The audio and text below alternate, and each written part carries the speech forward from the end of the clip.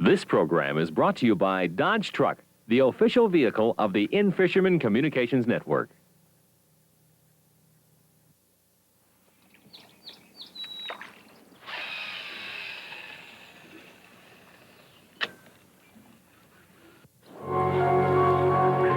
No animal walking or crawling through the hills, forests, and vales of history has generated more fear, superstition, and misunderstanding than the wolf, species Canis lupus.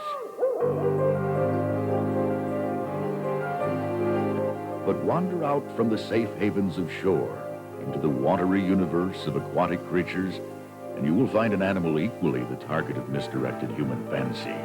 In fact, no species has inspired more fables than the evil-eyed marauder of inland waters, the pike. Even its Anglo-Saxon name pike was derived not from nature, but from a spear-like slashing weapon of the Middle Ages.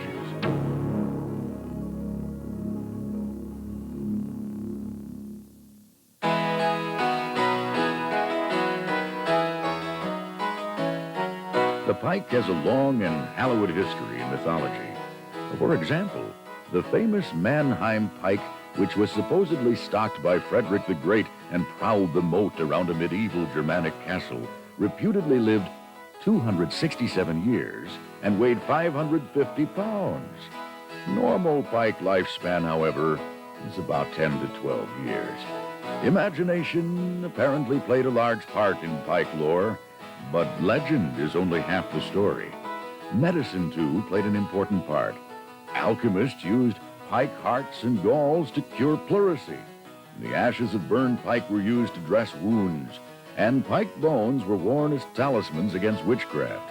And to account for its presence in some unstocked waters, early-day naturalists believed that pike were bred from weeds and hatched by the sun's heat. In-Fisherman toothy critter troopers Dan Sura and Tim Besh have been together on pike patrol nigh on a couple decades. Through the years, they've boated some real giants, and in the process have learned volumes about trophy northern pike and their habits. Let's join Dan and Tim as they explore a familiar subject, the nature of the pike. Come on, big boy. Here he comes, here he comes. Here he comes, he's right on the surface, look at that. He's got the cabbage tree right where he came out of, look at that. Take him, Dan. Beautiful specimen. Here he comes. Here you go, Tim. Oh, nice one. Look at that. Huh? Oh, beautiful fish, Tim. You know, pike are worldwide legendary tackle busters, but a lot of folks think of northern pike as snakes and hammer handles, but you really don't know the true nature of the pike. The big pike, the true trophy, 20-pound plus critters, they're cool water animals, and we call them the coolest of the cool. And pike like this are caught spring and fall. Where do they go in the summertime? Well, the nature of the pike will dictate that. We're going to talk about that today. Northern pike are true globetrotters of the fish world. Their range literally circumnavigates the northern hemisphere, and although a freshwater critter living mainly in lakes, rivers, and reservoirs, pike even exist in brackish coastal waters. Pike are found in England, Ireland, all of Europe south to northern Italy, around the Dead and Caspian Seas, northeast into Siberia. While the current world record is a whopping 57-pound monster from Germany, some old European documents suggest pike may once have approached 100 pounds. Wow. In the U.S., pike are found from Alaska south to Missouri and Nebraska, east of the Rockies and west of the Appalachians. The current U.S. record is a 46-pound, 2-ounce toothy giant. However, a true 20 is considered a real trophy in most cases. In Canada, pike swim in most major water systems. Several provinces have pike records over 40 pounds, and in some remote areas, 30s are still taken occasionally. Pike are eating machines, and a study of the pike's physical construction shows that it's designed to forage efficiently in a variety of environments. Its long, slender body is propelled forward with the thrust of its muscular tail, the ventral and dorsal fins adding to the power. This rapid acceleration is an advantage when pike are pursuing prey in open water and when foraging in smaller openings in cover. A glance at the toothy critter's wide mouth shows that it's designed to seize and hold large prey. Canine teeth, teeth in the jaw, teeth on the roof of the mouth, and teeth on the tongue, all needle-sharp and slanted slightly inward, prevent prey from escaping. The pike's large eyes are located high on the head and slightly rearward, giving the pike good side and overhead vision. Blind spots exist directly in front of and underneath the fish. Pike have exceptional vision in clear water during bright light conditions. The pike also has an acute lateral line sense for locating low-frequency vibrations and an inner ear to detect higher frequency sounds. Trophy pike are highly adapted for survival and are one of the most challenging of all freshwater fish to catch. Now, one thing about these big pike, they're like the proverbial 500-pound canary. They eat anything they want. Top-of-the-line predators, they're literally eating machines. We'll get a look at this one.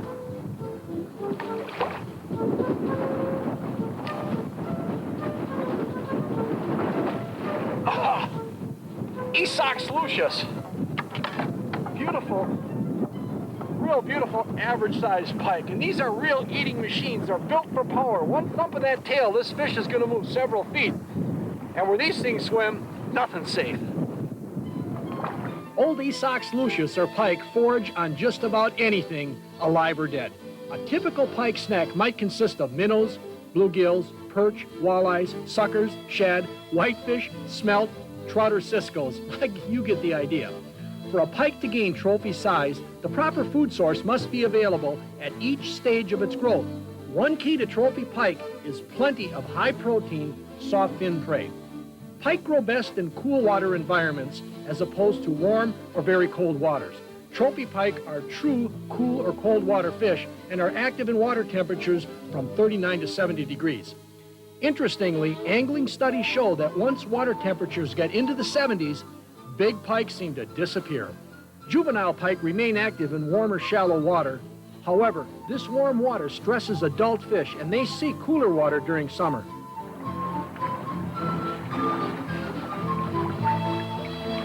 One thing about big trophy pike, ain't no sissy fish here. Oh, there it is. Look at it. Oh, man. Look at the size of that fish. Look at him. Wow.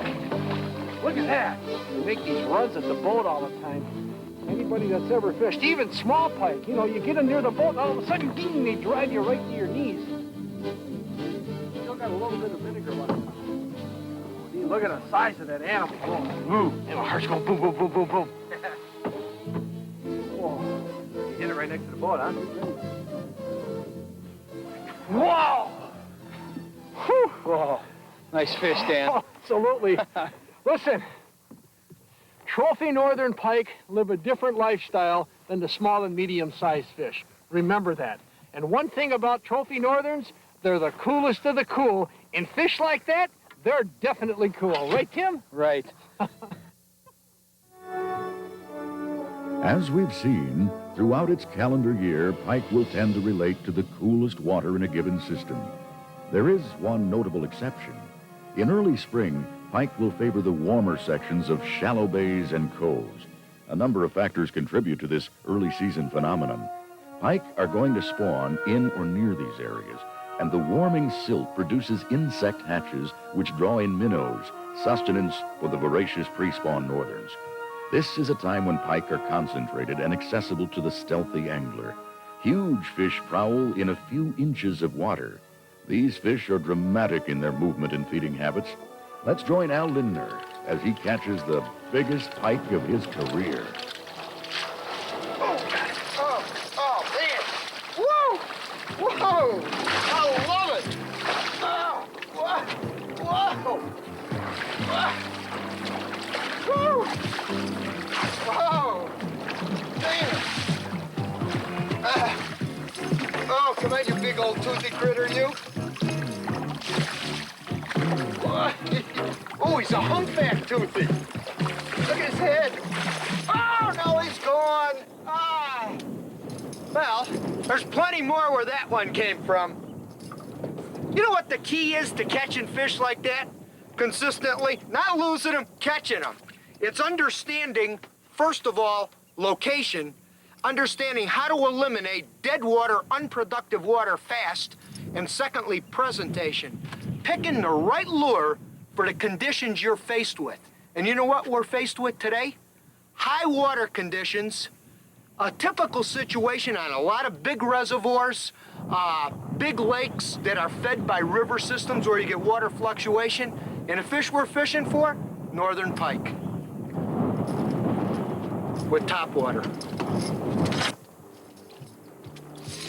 The three things you want to keep in mind when you're fishing a high water situation is number one, the fish will draw like a magnet into the newly flooded vegetation, no matter what kind of fish they are. Walleyes, largemouth bass, muskies, or northerns like we're fishing here. Number two, they'll seek sources of current. The mouths of river or feeder creeks. Islands that are pinched down together that have a current flow coming through them. And three, one of the most important, they're actively feeding. I'll usually change. I'll start off with that buzzer because it's so much fun to have them busting on the surface, and it does call them up. But before I leave each anchor position, I'll go subsurface quick, like with a Roland Martin spinnerbait, for the ones that won't break surface. Fan cast the same area. Sometimes you get a few on a spinner. Sometimes a few will hit the buzzer. Boy, in spring on Canadian lakes, you have a lot of water that looks good, but won't hold any fish. Study a map and concentrate on bays like this that have feeder creeks pouring into them. A lot of areas like this that don't have feeder creeks will look good, but won't hold a lot of fish.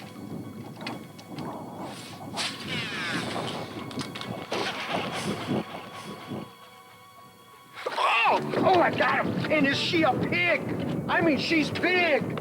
Oh, you see that cast is like a football field. That's a 20-pounder. It's a 20 for sure. I mean, it's a sow.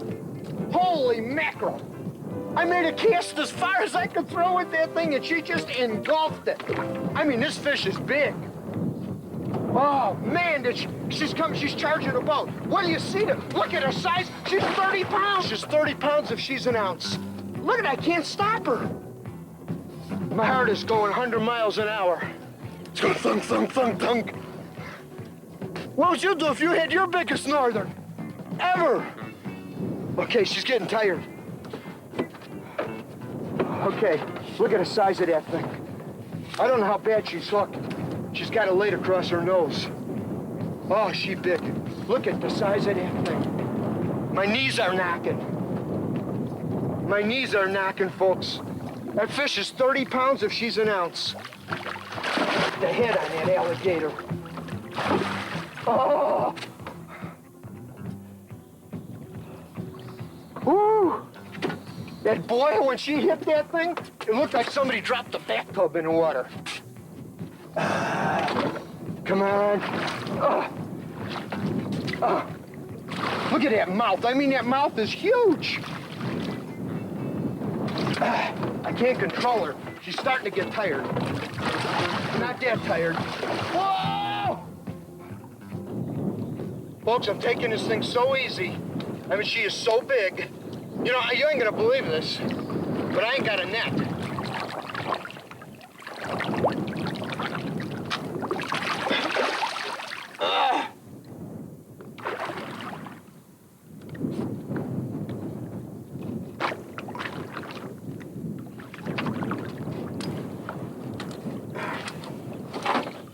Okay, baby. Whoa, now how am I gonna land you, you big critter? That leader is what you gotta watch for. Whoa! Look at the size of that thing! Oh, it is inhaled.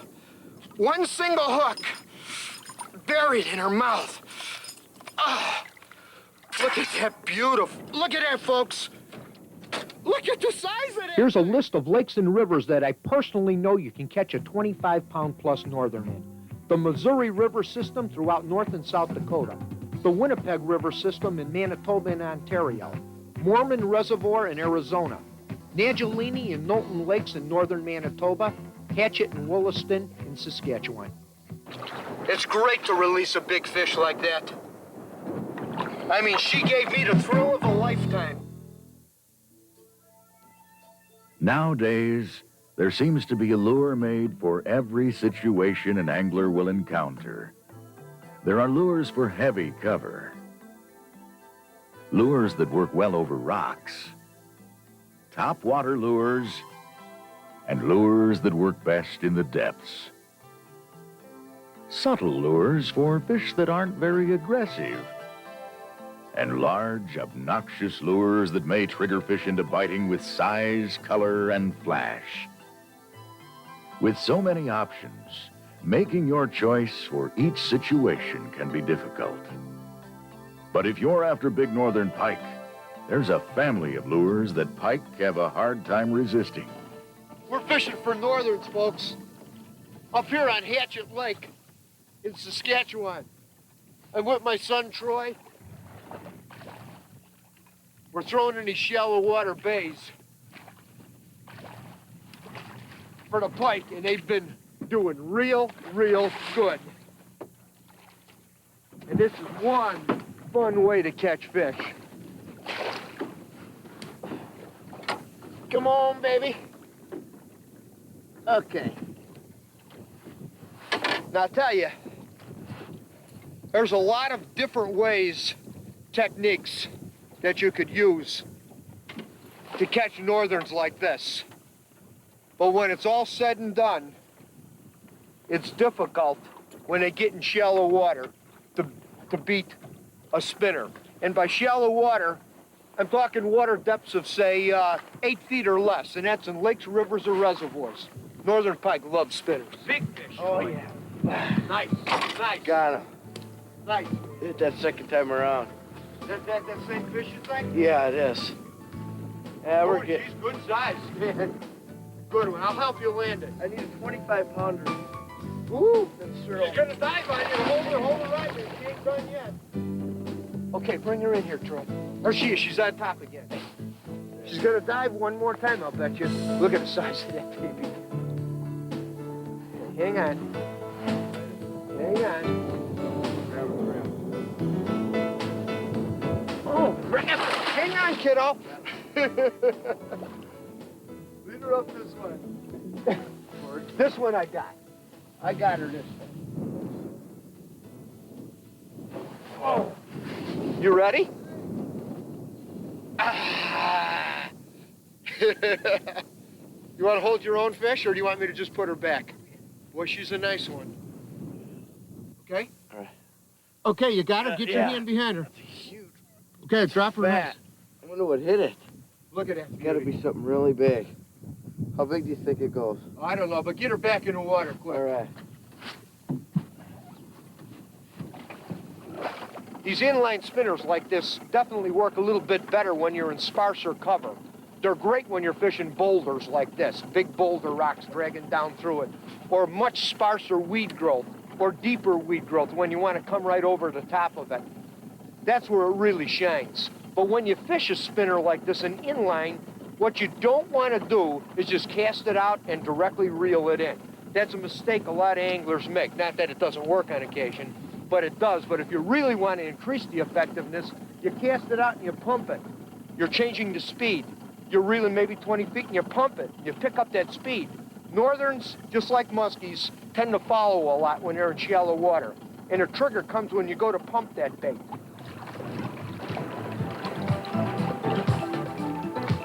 Big and gaudy turns pike on. This one hammered a tandem spin. Bright colors like orange and chartreuse are good choices. Large number 7 willow leaf spinner baits work great for pulling pike out of heavy cover, much heavier than you can use an inline bait in. Spinner baits will crawl over and through wood, reeds, cabbage weeds, and other cover that pike like to lay in. Yeah, that's what I like to call them. Alligator heads. Okay, baby. Oh, man. Ah! That fish, that one was hooked sometime before. That fish here, look at it, lost a piece of her lip. That's a beauty. That fish hit a big Roland Martin spinnerbait, tandem spinner.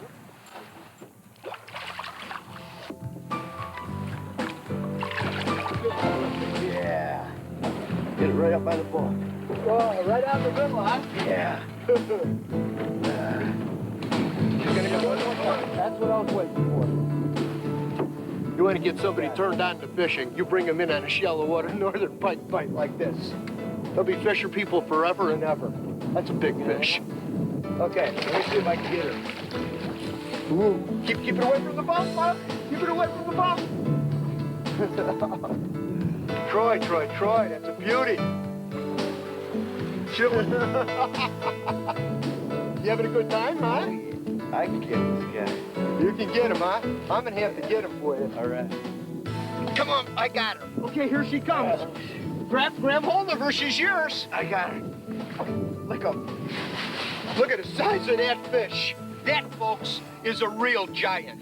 You want to consistently catch big northerns like this, don't ever go on the water without a handful of spinnerbaits, inlines and tandems, phosphorescent color stinger hooks, and trailers.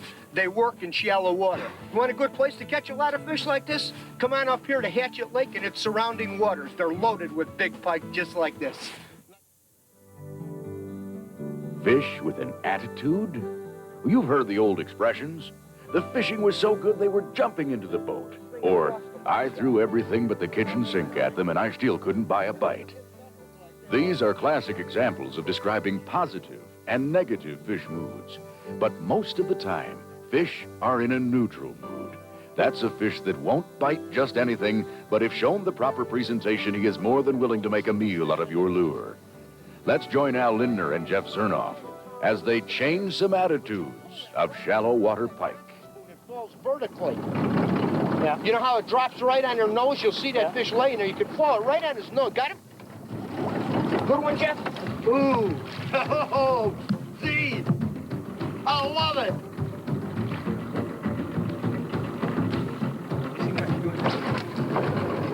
Can't tell? Real nice fish.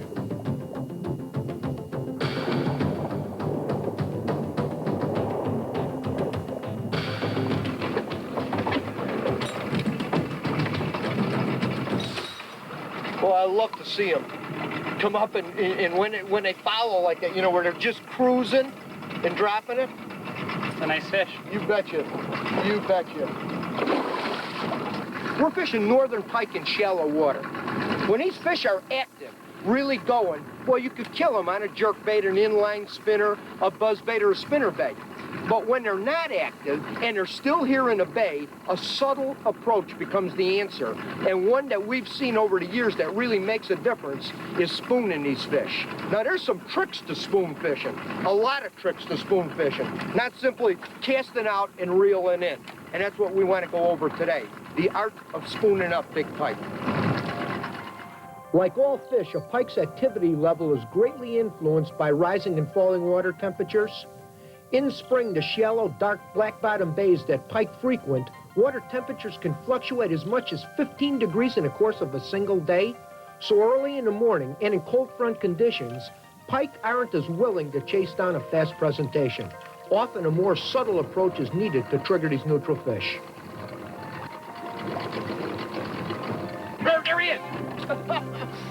Boy, did she make a boil. But look at the size of that thing, Jeff. Man, as soon as I dropped that spoon, she hit that thing. That's the beauty. You know what? The mother baits, you can't do that, Jeff. She's still low on a quid. Oh, man. You know, she followed, and I just took that spoon, dropped it behind her, and bingo. Come on, baby. There you go.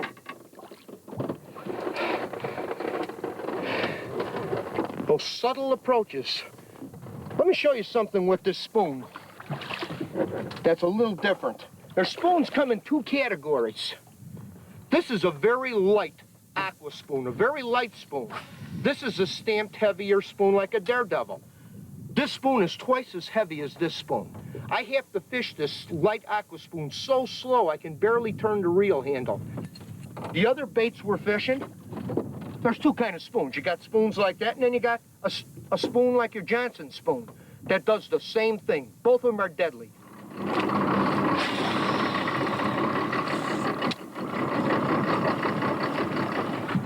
Two of the key points to remember here in the presentation are attraction and triggering. We've got the attraction done with these little spoons, but those fish will follow forever unless you do the trigger, which is the drop back. You drop back, and that's when the fish nails it. Oh, watch it, I got it. Look at him. Oh, there he goes. Ooh, that's a big fish. Oh, got him better. See that? See how that works, man? Oh, you gotta drop that spoon at him like a jerker. Whoa! That was a big fish. Boy, there's a stack of them. Oh, look at that, look at that. You gotta excuse me a second here, guys. Well, I kind of come around here and catch the spoon. Look, he's a smoker. Look at that big fish, folks. Oh, gee. I love it. Boy, there's a stack of them in here. You got yours? Oh, Jeff, how big is yours? A little bit. Okay, when you start talking doubles. Did you see how that fish hit that, folks? Look at right here, there's a big fish down there now. Push me out with the boat. I gotta get turned around. No. Gee. You just get the fishing like this when they turn on, Z. A guy can get tired, eh? Yeah. Okay. Oh, man. Huh? We're getting doubles, we're getting triples. I don't know if you've seen that fish come in the way she did. She just zigzagged behind it like they do on those other baits. And if I didn't have that drop bait, I would have never got a honker like that. Fine-tuned spooning to consistently catch big pike when they're not aggressive or chasing. Little tips that make big differences.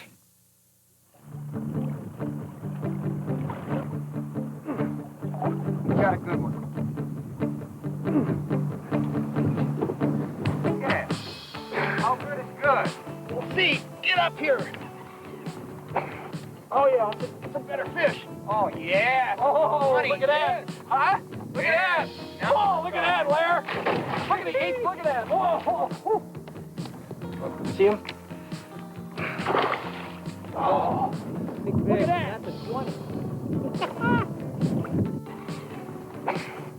We need some help with this, Lair. Like what? What would you like me to do? Getting this thing up and out of here without injuring up them. for you here. Careful. Here we go. You usually make one last strong. The line is kind of looped around. We're gonna need to.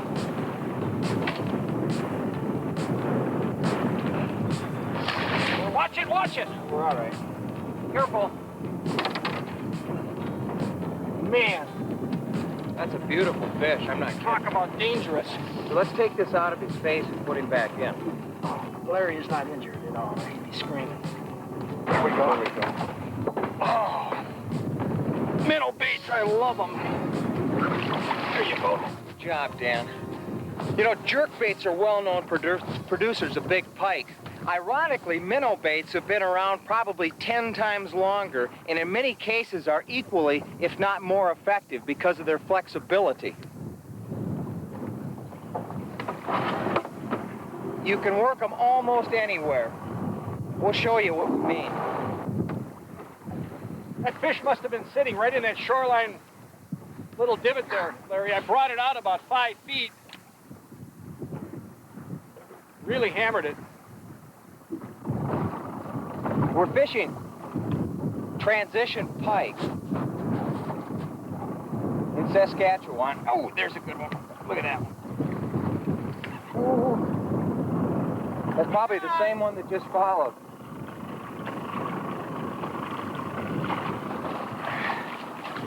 Want to get it in, get it done fast to keep these hooks out of it.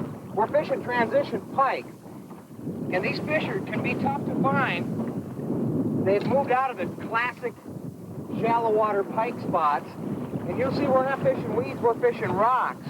But the weeds that these fish used to live in are not far away.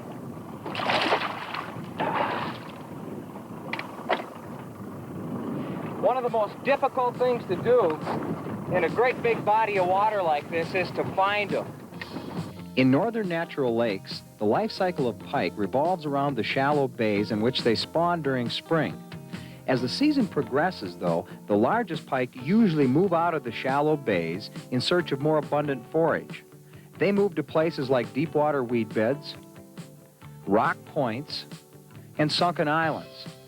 The distance pike move from their spawning area depends on the available habitat. In some cases, the fish could move several miles. But if good deep-water habitat is immediately adjacent to their spawning area, they might only move a couple of blocks. The area we're fishing right now is a boulder point leading to deep water near the mouth of an expansive shallow bay. The wind has been blowing directly into this area for a few days, and the pike have stationed themselves here to feed on bait fish that have been concentrated into the area because of the wind.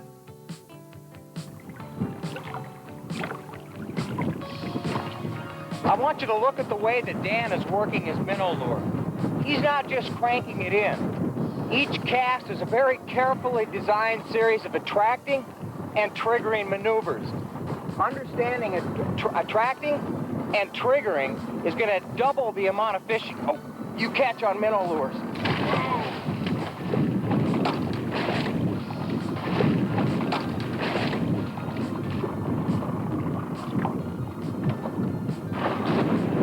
Fishing minnow baits is really basically simple. The thing is not to get into the habit of just casting and cranking, but give that bait a little bit of life. You've got color, size for the attracting qualities, but a lot of the triggering comes from the erratic mechanical movement which you can give the bait simply by giving it a little bit of a snap with the rod, keep a tight line, and just make that lure dance.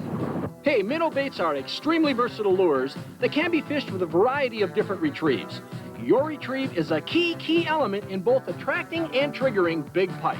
To catch fish, you must get their attention, that's attracting them, and then get them the bite, or triggering them. Here's a few of my most productive retrieves.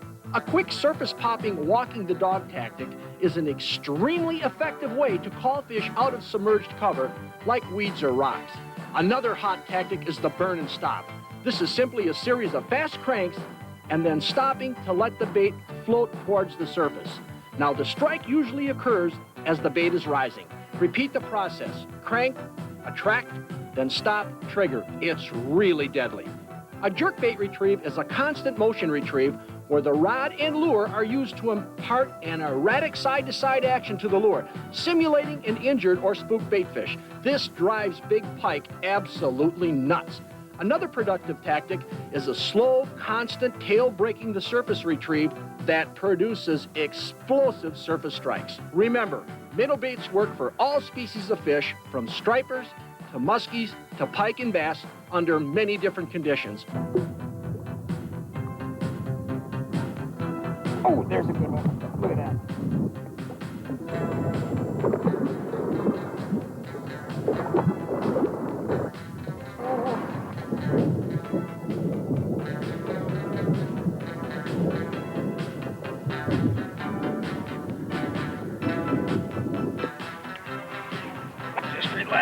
Just relax. Nice looking norther. Minnow baits are probably the most versatile lure that you can use. If you don't have a whole box full of them, you probably ain't got enough. As the summer season approaches, larger pike abandon the shallow bays in favor of cooler water. Summer patterns find them relating to deep structure and sometimes even chasing suspended forage in open water. Big pike location during this time can get tough. There is one high percentage pattern, however, that can produce large pike and even occasional muskies. Let's join In-Fisherman old-timers Dan Sura and Ron Lindner for an explanation. Ron, you know, you developed this technique for really working in the late summer, early fall, but during the summer on these big flats and these natural lakes with weed beds, you can really hammer northerns, and it looks like muskies too. How exactly are you working the boat to work through these patches?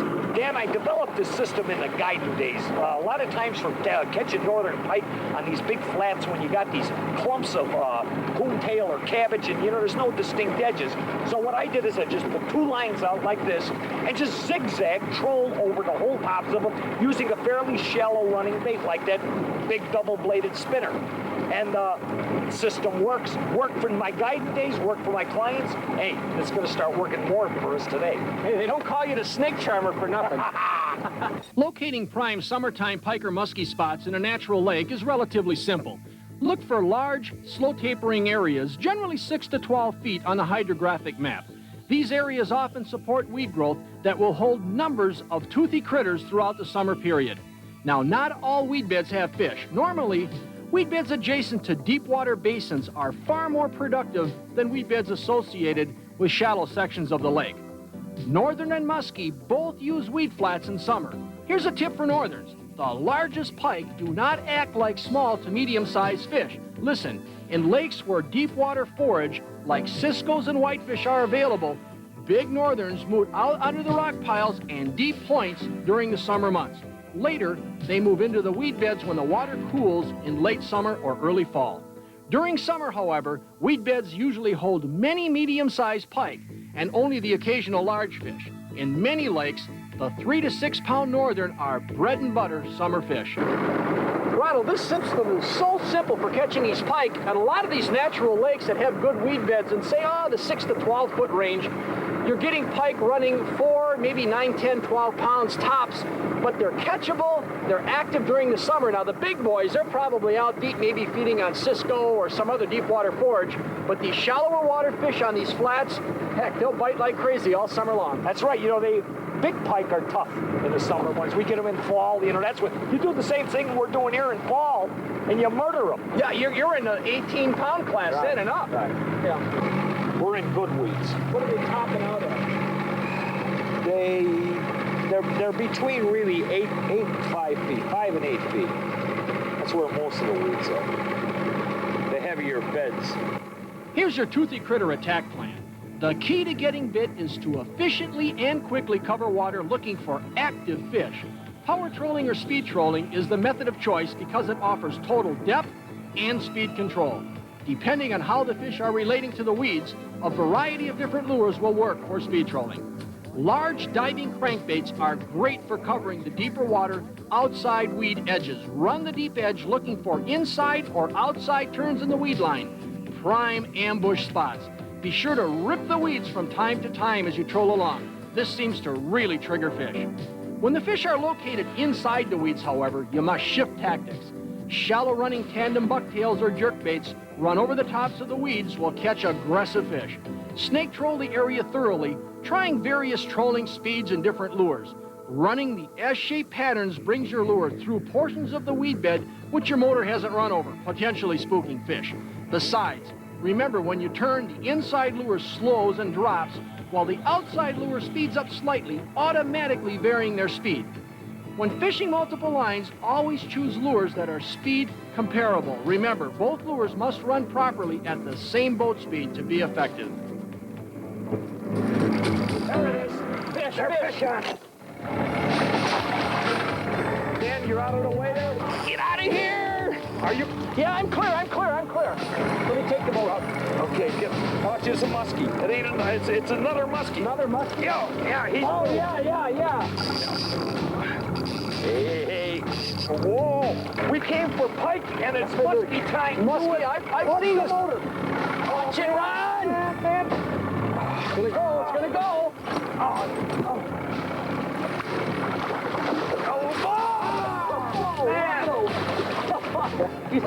Tripping. Just snubbing him on those rods. There he comes. Yeah, it's a muskie. We want to handle this one with kid gloves. We don't want to injure it. Careful! Whoa! Still got some life in it. It's hard to grab. Well, she wasn't hooked that good, was she? No, just by the trailer. Kind of hold on to that. There you go. man. Hey, is this the way to catch pike? Let's put her back. All right. Like,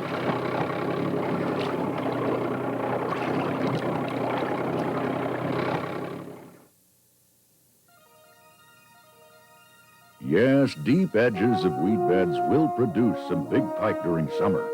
But in many bodies of water, the biggest northerns in a system will relate to deeper water and the forage bases there. Some prime examples: pike will often set up their summer range around rock humps adjacent to deeper areas of the lake or reservoirs. If these humps are on an expansive shelf, all the better. These areas will attract bait fish and toothy critters. During midsummer, it's common for old esox to stage near the second or third drop-offs. Occasionally, they'll pay brief visits to suspended schools of bait fish passing near their summer haunts. And commercial netters on Lake of the Woods, Minnesota, have pulled up big northerns while netting deep, bottom-hugging sauger in the basin of the big lake. Huge pike will even hang out on the lake bottom if there's something they're interested in for dinner. Many baits can be used to catch these deep pike. Heavy live bait rigs or big jigs and minnows are excellent producers. Big safety pin type spinner baits can be fished deep and slow roll just above the hump or drop off to attract northerns.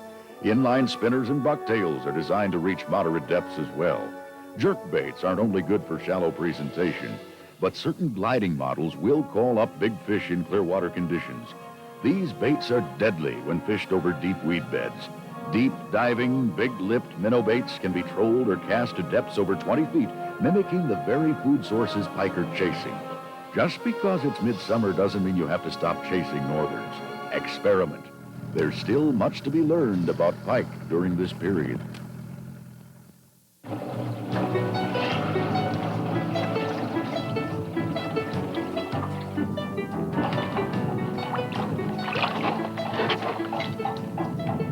Have you ever fished one of these things? Modified broom handle? You say you have, huh? Have you fished it for 12 or 15 hours in a day? How about 3 days in a row? Makes your arms look like Popeye after that kind of fishing. They're really work to fish, but I'll tell you what, they're an extremely effective bait. They're called jerk baits, and they're dynamite on big northern pike. That's what me and Jeff are going to be talking about today. Jerk bait fishing for pike. I'm throwing a neon orange reef hog. Let me show you how this works. See how it glides right and left? It's that pause right there at the pause point there that you usually... Yep, you're good. Ah, exactly one.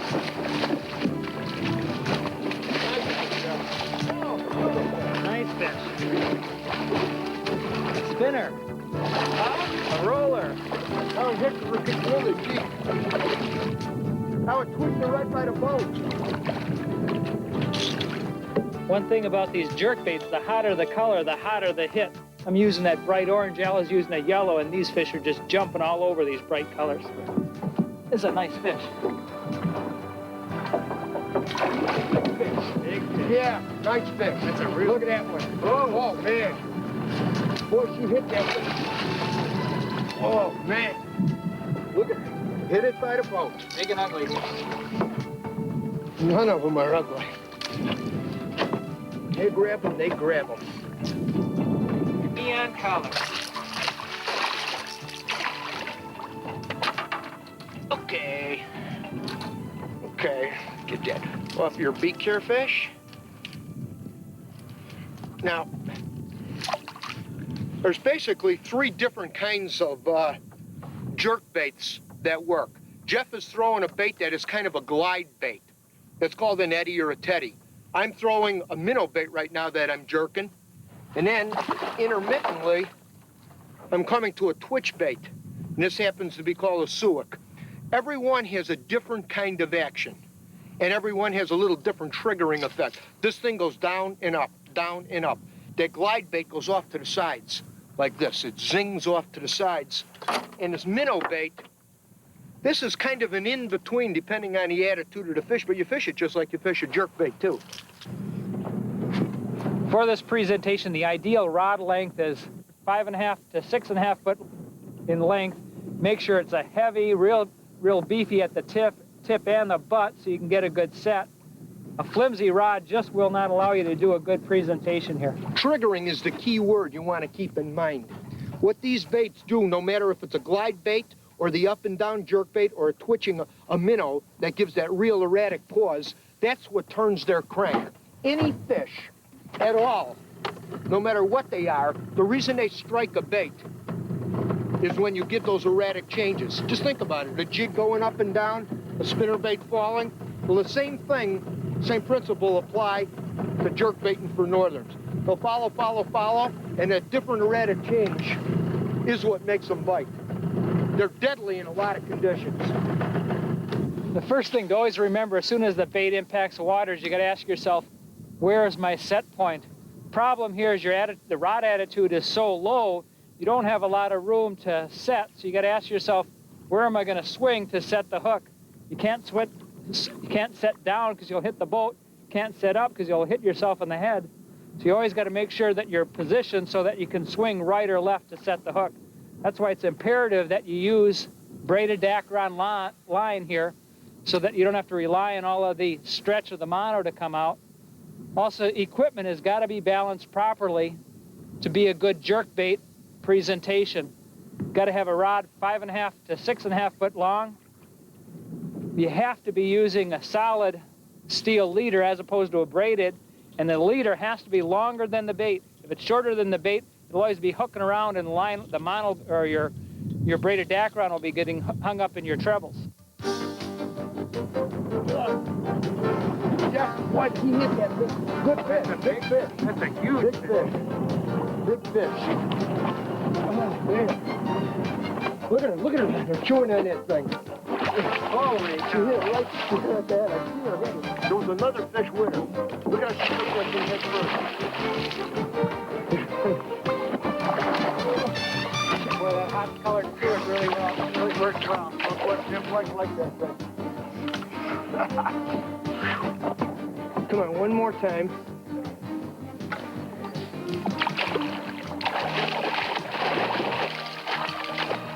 Okay. Oh, God, come on. Ah. Boy, should have beat up old fish. Yeah. Beat up one. She's been around the horn, Jeff.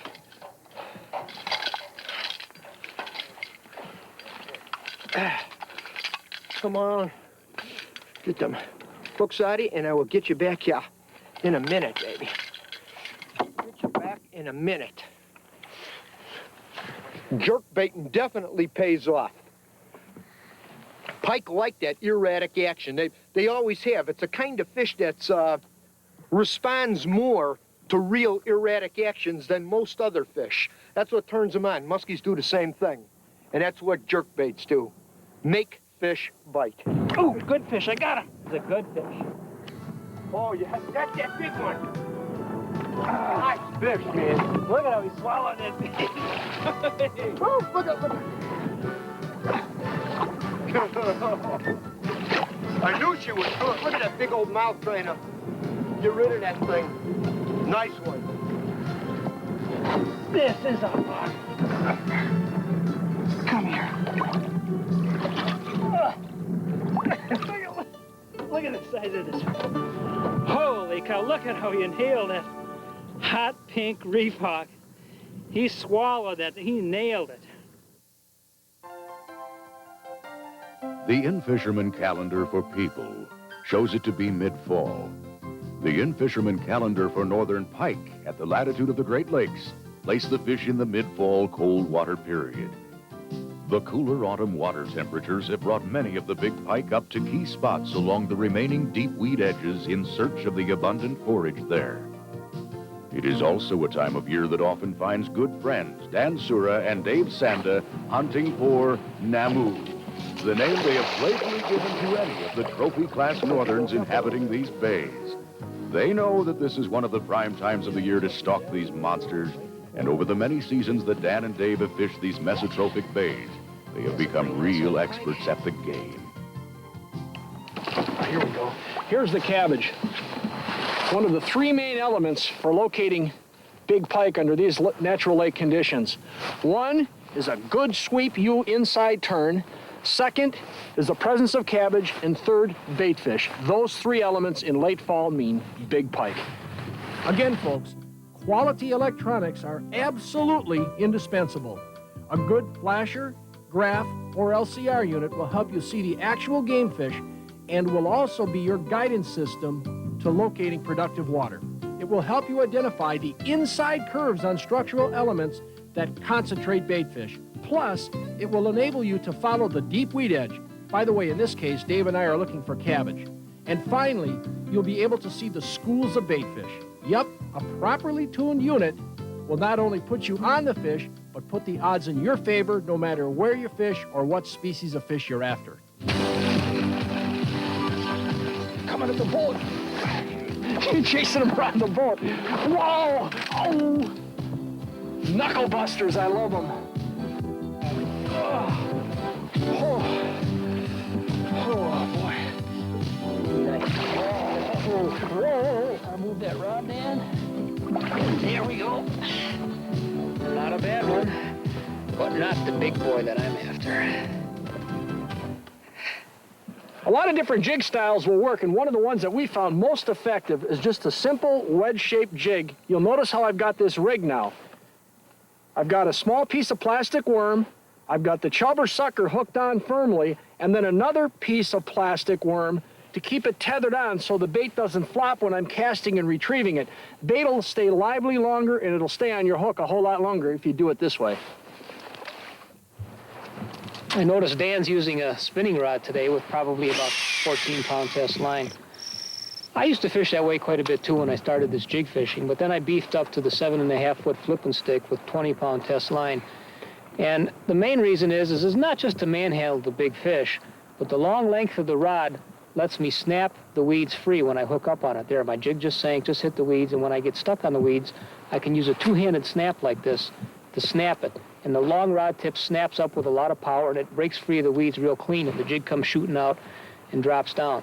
When you use the spinning rod, it's just a lot harder on your wrist to break through on the weeds. Now, I have noticed a few times, though, that this works out really well when the fish are real aggressive and they want that thing darting off and then settling down.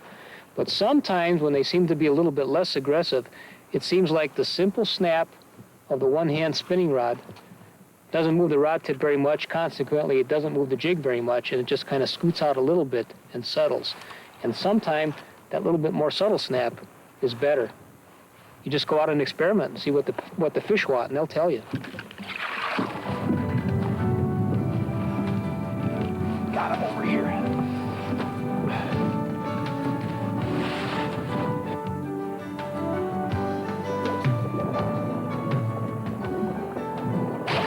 Acrobatic. I give him about a 9.9 on that one. At least, although the Russian judge only gave it a 7.0. Boy, that's what it's all about. Hand-to-hand combat with these pike.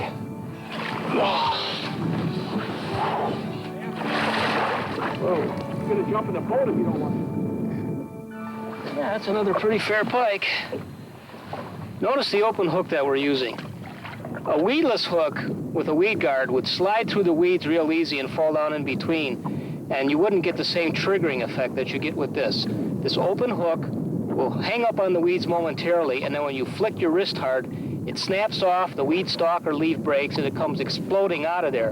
And that triggering action of the explosion is often what triggers the pike to come right behind it and snap it right up. Got a bit of a weather change. Those clouds are blowing out. We got some blue sky coming in, and the wind's picking up a bit. But these bait fish are becoming a lot more active. I'm seeing schools and clouds of bait fish. That should trigger some action. Get it on the drop, Dan. It's a big one, too. Oh, it's one of those big boys. I'm gonna move us out, Dave. I'm in. I'm clear.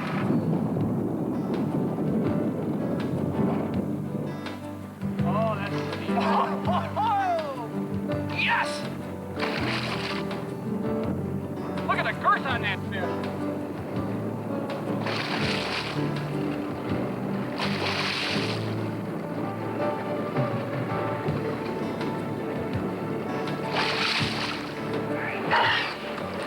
Yes. What do you think, Dan? Pushing 20? I don't know if he's quite there, but he's pretty close. It's real close, Dave. Look at the gut on him. These are those big Big Cisco eaters, the ones who float around in the middle of the lake all during the summer, chewing on stuff out there. Nobody gets at them, but when they come up and fall, run the weed line, boy, powerhouse pike, man. Oh, big fish. Hold your hand. Big fish. Oh, this is one strong fish. Get on the motor. Yeah, get on the motor. Oh. I can't.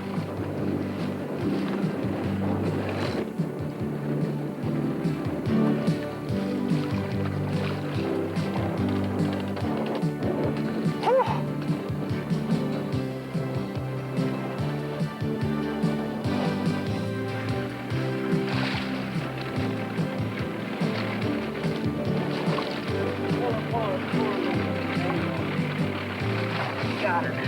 Oh. Your hat, Dan. Oh. How's this, folks? Look at that. World-class northern pike. This is close to 25 pounds of romping, stomping northern. You got big pike like this in your area, you want to catch one, try our simple system. It's gonna work. Oh, I love it. Well, there you have it. The northern pike throughout the open water season. It's about time for ice up, though, and that's another story. For some good information on pike habits during the winter, get copies of In-Fisherman's 2 videos on ice fishing. You'll learn some things that might surprise you. We hope this program has not only increased your knowledge about old Esox Lucius, but that it's also inspired you to get out and try some new techniques and some new locations. As in many things in life, getting there and learning along the way is half the fun. The other half, well, you'll have to figure that out for yourself. We'll see you on the water. Other titles that exist in the In-Fisherman video treasury of angling wisdom are In-Fisherman Classics. You know, for years, you've been hounding us to make our award-winning television shows available in home video form. Well, we're doing that and a whole lot more. The In-Fisherman Classics takes you back to the beginning of In-Fisherman television and guides you right up to the present. It's a chronicle of events that shaped the course of modern angling. The Tactics and Strategy series consists of the same kind of hard-hitting action and entertainment provided by the award-winning television specials while delivering the most in-depth educational how-to fishing ever laid down on video. These tapes are guaranteed to set the standard by which all others are judged. The Discovery Year series takes a documentary approach, species-specific, providing you with an expanded view of the foundations of modern freshwater fishing. Electronics, fish behavior, structure, precision boat control. A comprehensive look at the factors responsible for bringing lures and rigging design into the modern age of angling. Our Travel and Adventure series brings you the whens, wheres, and hows concerning the In-Fisherman's most exciting field trips. It provides you with material both to fuel your wildest dreams and to more confidently plan your trip of a lifetime. For more information, write In-Fisherman Videos, 2 In-Fisherman Drive, Brainerd, Minnesota, 56401.